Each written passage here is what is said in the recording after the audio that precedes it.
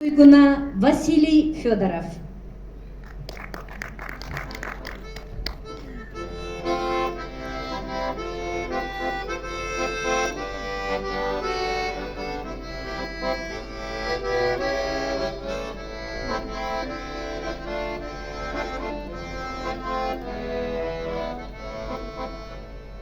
Bugün sana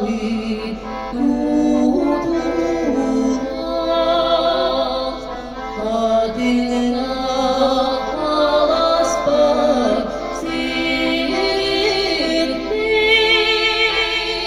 ağlama gereğir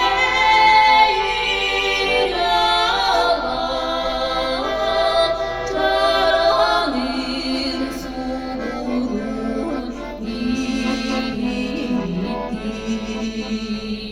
sürüp de yüreğim geriye gönüller sireme ama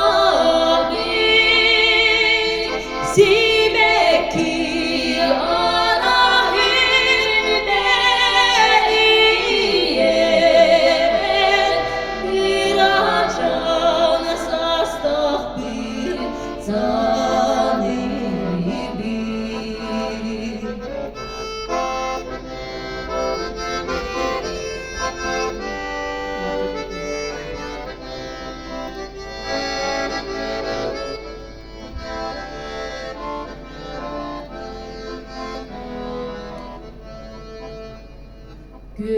Gökdağlar gülümlü arılar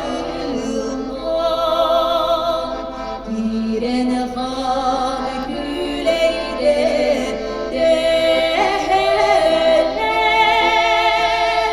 gönüle hanımlar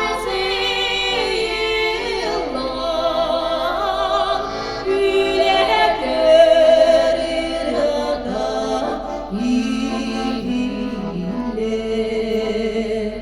ırca